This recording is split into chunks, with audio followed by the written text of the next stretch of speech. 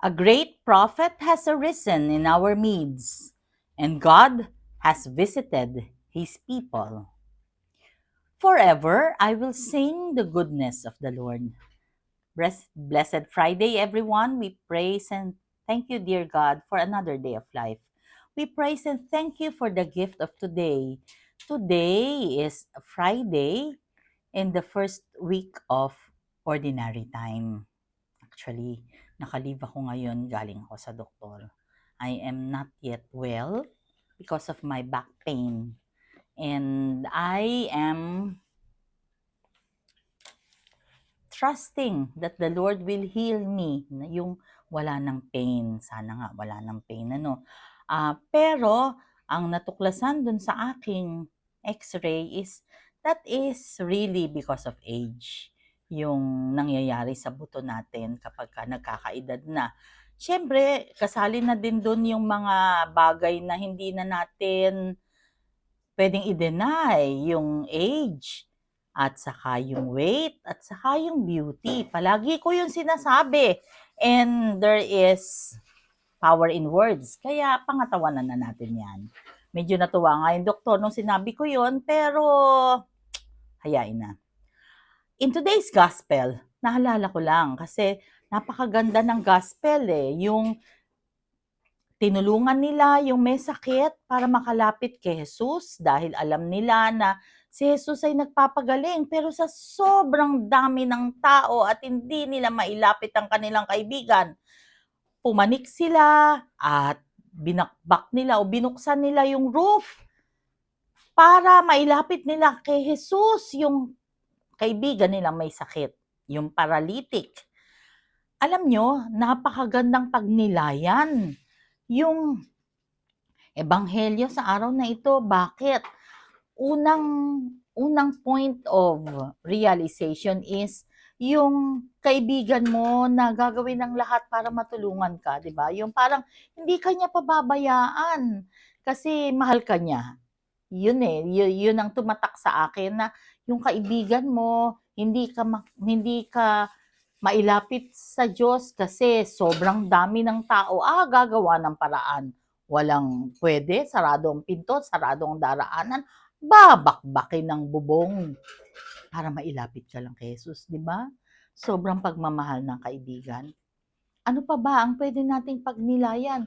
Yung mga tao na tutulong sa'yo, hindi ka iiwanan. Yun yung malasakit ng kaibigan, di ba? Yun yung unang aspeto na napakagandang pagnilayan sa ebanghelyo ngayon. Makakita ka ng taong magmamahal sa iyo ng ganun. To the point na gagawin ng lahat, mailapit ka lang kay Jesus. Diba sobrang pagmamahal yun? Sa buhay natin, lumingon tayo doon sa mga taong nagmamahal sa atin. Doon sa mga taong hindi tayo iniwan. Doon sa mga taong hindi ka pababayaan no matter what. Doon sa mga taong nandiyan kapag kakailangan mo. Sa mga taong hindi nagdalawang isip o nag-atubili na pagbigyan ka sa iyong kahilingan. Napakarami nun, di ba? Hindi ka makakarating sa pinaroroonan mo. Sa ngayon, kung ano man ang kinalalagyan mo ngayon, kung hindi sa mga taong itong nagmamahal at nagmamalasakit. Sa isang banda, gusto rin natin pagnilayan yung paralytic, yung may sakit. Ganon katindi rin ang panalangin niya para may magresponde sa kanya.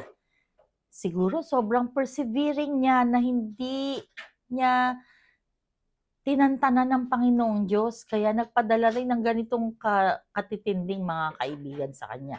Ikaw, gaano ka ba persevering in your prayer? Naalala ko lang, ang prayer na dinadasal natin para sa iba, yun ay mas effective kaysa sa prayer mo para sa iyo. Yun din marahil ang prayer nitong 4 na mga kaibigan na nagbubuhat dito sa paralytic. Bakit? Kaya nga nila naisip to tear down the roof Kasi sobrang persevering din sila sa prayer. Hindi lamang yung paralytic ang matindi magdasal, pati ang mga kaibigan niya. Manalangin tayo. Lord God, We are sorry for our sins, either of commission or omission. We pray for healing of those who are sick, katulad ng paralytic na dinala ng mga kaibigan niya kay Jesus. Kami po ay may karamdaman din. Meron kaming dinaramdam. Lord God, we claim healing.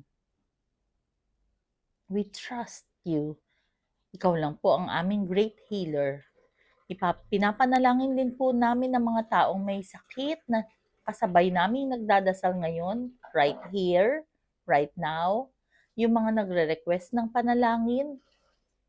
Alam po namin, dear God, na lahat kami mahal mo. Kaya't kami po ay nagpapasalamat sa inyong pagmamahal. At kami ay umaasa sa kagalingang ikaw lamang ang pwedeng magbigay. Be with us always and in all ways, dear God, and allow your presence in our lives to manifest. Stay with us because without you, we are nothing, dear God. We can do nothing. I lift up to you, dear God, ang bukas na magaganap na pre-K na sa Archdiocese of Manila at ang speech contest ng Division A. Panginoon, be with us as we continue this journey in life. All this we pray in Jesus' mighty name through the intercession of our Blessed Mama Mary. Amen. Blessed Friday once again. I pray for Holy Family Binondo Prayer Group. God bless us all.